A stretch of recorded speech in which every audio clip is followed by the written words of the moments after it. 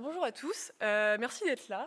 Moi je m'appelle Lisa Desportes, je suis e-commerçante depuis 2020 et en fait si je suis ici c'est pour vous proposer un de mes nouveaux projets qui a effleuré mon esprit en janvier 2022.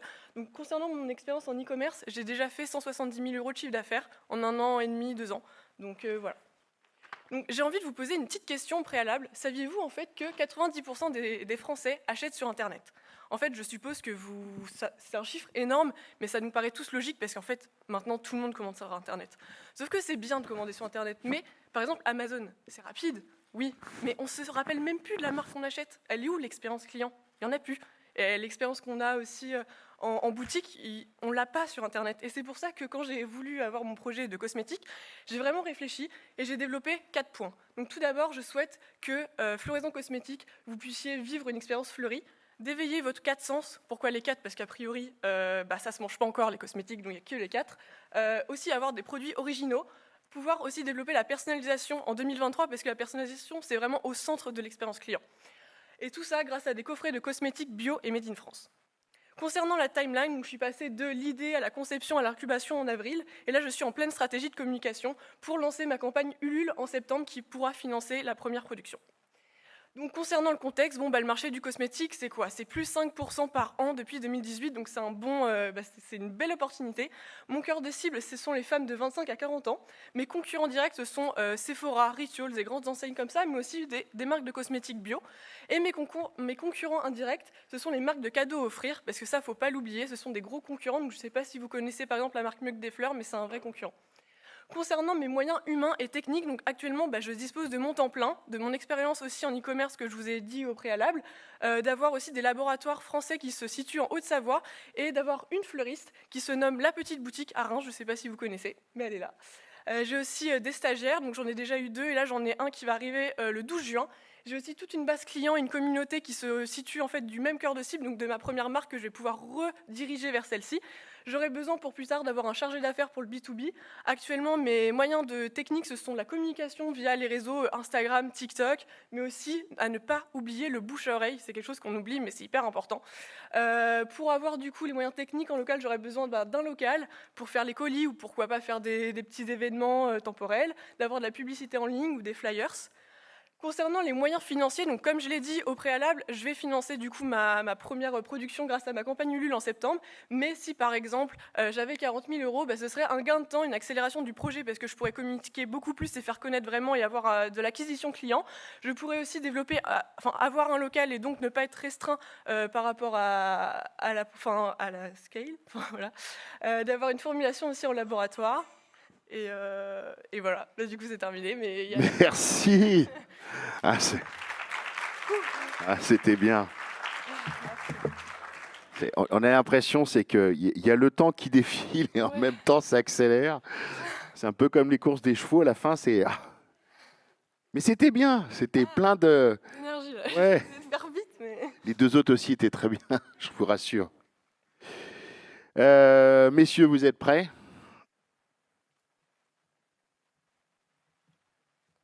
C'est parti. Je vais prendre le... J'ai essayé de noter aussi vite que vous parliez, mais Je suis désolée, à un moment donné, j'ai vraiment. décroché. Je suis désolée. Vous concluiez là juste à l'instant en évoquant les liens possibles avec votre autre business. Vous vendez quoi actuellement? Actuellement, je vends des vêtements de sport pour femmes et ça se situe dans le yoga et du coup, ma tranche d'âge est vraiment au même cœur de cible que ça. D'accord. C'est pour ça que je peux me permettre de rediriger mes clients, ma base que j'ai déjà depuis 2 ans, vers ce projet. D'accord. Et qui va les fabriquer, ces cosmétiques bio? Ce sont un laboratoire en Haute-Savoie. Là, je peux pas remettre, si, je sais pas. Vous avez vu? D'accord. Ouais, c'est passé trop vite. D'accord. Comment? Ah non, je peux pas. Il y avait peut-être eu l'information, mais j'ai. Oui, c'est un laboratoire en France, du coup, qui est en Haute-Savoie. Et D'accord. c'est à Douvaine. Donc, Et est-ce qu'ils ont des séries minimales? Est-ce que vous devez vous engager sur une quantité minimale pour pouvoir lancer la la quantité production? minimale, elle est de 100 de MOQ par unité. C'est quelque chose qui est assez faible parce que pour avoir démarché peut-être pas tous les laboratoires de France, parfois on se retrouve quand même avec 10 000, 1000. Et là, en fait, je pense que c'est un petit laboratoire qui n'est pas très, très grand. Et du coup, ils peuvent se permettre d'avoir des clients comme moi, en fait, finalement. D'accord. Et est-ce qu'au niveau des dépenses marketing, vous avez anticipé aussi, parce que c'est un secteur qui est extrêmement concurrentiel, Ouais. où il y a déjà des marques françaises qui existent, fabriquées Totalement. en France, etc. Totalement. Bah, c'est pour ça en fait que j'axe vraiment déjà sur toute une expérience client. Concernant les dépenses marketing, bah, pour l'instant d'abord je vais vraiment axer sur la communication. C'est vrai qu'avec les moyens maintenant sur les Reels ou les TikTok, il y a des choses qui peuvent devenir virales très facilement. Il y a énormément de business en fait qui n'ont même pas de dépenses publicitaires et qui sont rentables. Moi c'est un souhait que j'ai de faire des dépenses publicitaires, mais tout d'abord j'aimerais pour la validation de mon MVP et donc bah, là jusqu'en septembre essayer de limiter les frais. Après, vu que j'ai un autre commerce à côté qui continue, je peux approvisionner les fonds pour essayer de faire de la publicité, mais j'ai pas envie de dépenser au début 5 000 € dans la publicité. Pour l'instant, je vais essayer vraiment d'avoir ma campagne Ulule, mon MVP, environ 100 coffrets, si possible, de vendus. Ce serait l'idéal pour financer, quoi. Parce qu'à ma connaissance, TikTok, c'est 50 € minimum par jour. Donc, TikTok, bah en fait TikTok on peut poster en organique en fait et les choses peuvent devenir virales. Après je crois pas qu'il y a de montant minimum parce que moi dans mes autres business du coup je fais de la publicité sur j'ai fait Google, Pinterest et Facebook. J'avais pu tester TikTok mais il y avait eu un souci, mais le montant minimal je crois que on peut mettre moins, hein. Ça peut être 20 € si on souhaite. Bah, je sais pas, je sais que la personne m'avait dit que j'ai eu l'interlocutrice au téléphone. Après peut-être que ça a changé entre temps, c'était il y a 2 mois donc je sais pas. Voilà. Pour bien comprendre le coffret, vous mixez plusieurs produits dans ce coffret, c'est ça? Alors du coup, un coffret, le but c'est d'avoir plusieurs produits, donc des produits un peu essentiels. Donc là, moi je pars sur un gommage, une mousse crème chantilly. Bon, on peut plus voir la photo, vous avez dû la voir vite fait, mais voilà. Il y a une huile pour le corps et aussi des sérums pour la peau, pour le visage, parce que c'est quelque chose qui est très prisé. Donc il y a différents types de coffrets, hein. Si vous allez par exemple chez Rituals, bon, bah, les coffrets, soit ça se compose, soit il y a plein de choses. Et en fait, c'est d'amener l'univers des fleurs dedans. Donc en fait, oui, il y a les produits cosmétiques, mais il n'y a vraiment pas que ça. C'est-à-dire que déjà, il y aura la fleuriste qui va faire des petits bouquets de fleurs. Je suis en pleine recherche pour fixer aussi les produits, avoir par exemple de la mousse stabilisée pour que ça fasse vraiment l'impression jardin.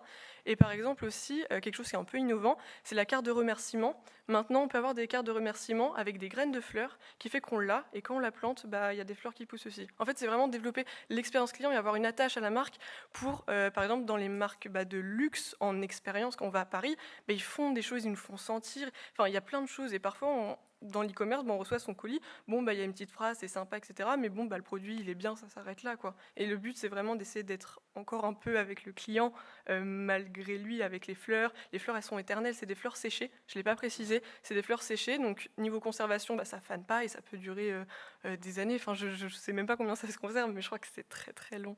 Donc voilà. L'idée et le concept est intéressant. La grande difficulté à laquelle vous allez être confronté, c'est la diffusion.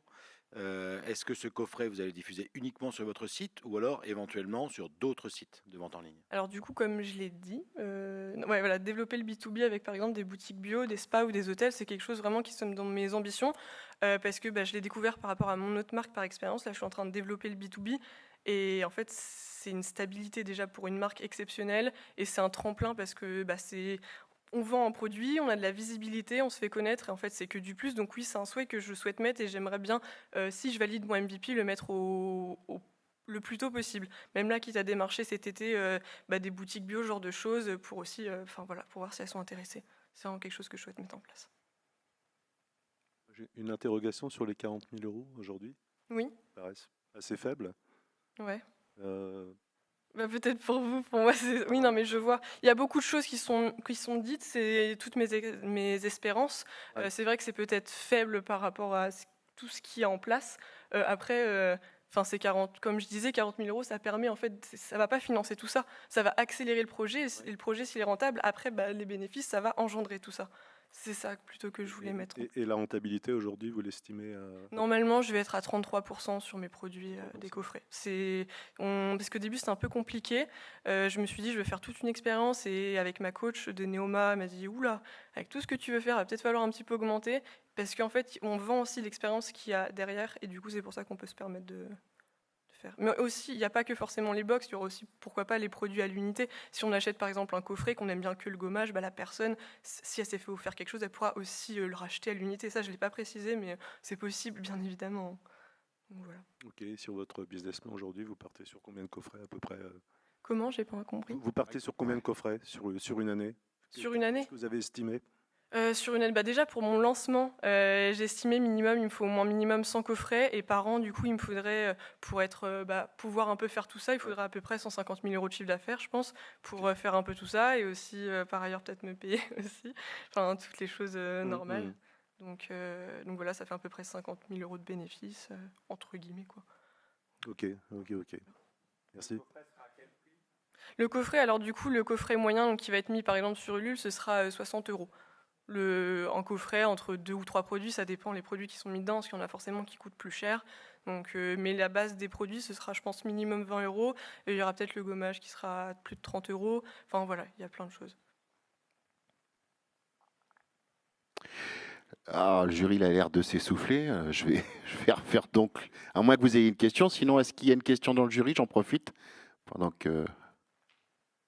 Pas de question. Ah, si, il y a une question là-bas.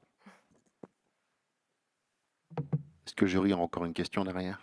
Non? Ça ira? Eh bien, ça sera la dernière question, si ça ne vous dérange pas. J'aurais fait mon sport aujourd'hui. Bonjour. Est-ce que lorsque vous parlez de formulation laboratoire, est-ce que c'est en marque blanche ou c'est une formulation totale? Justement, c'est ce que je disais. Pour l'instant, c'est pas moi qui choisis actuellement. J'ai un catalogue produit et je peux choisir les textures avec les peaux. Une marque blanche. Une marque blanche plutôt. Et en fait, la formulation, les prix, c'est plus cher. Il faut vite fait mettre 15 000 € sur la table pour faire une formulation. Donc la formulation, pour ceux qui ne connaissent pas forcément, c'est vraiment faire plein de tests produits, la texture, la couleur, tout ça. Enfin, c'est vraiment... c'est très plus compliqué, ça demande beaucoup plus de temps, beaucoup plus de financement. Et pour un début, je ne le fais pas. Pour valider d'abord le MVP, valider le concept aussi, parce que c'est pas que des cosmétiques, c'est tout un concept derrière. Donc je valide le concept et suivant les bénéfices, c'est totalement quelque chose que j'ai envie de mettre en place. Voilà. Merci. Eh ben, on va vous applaudir bien fort.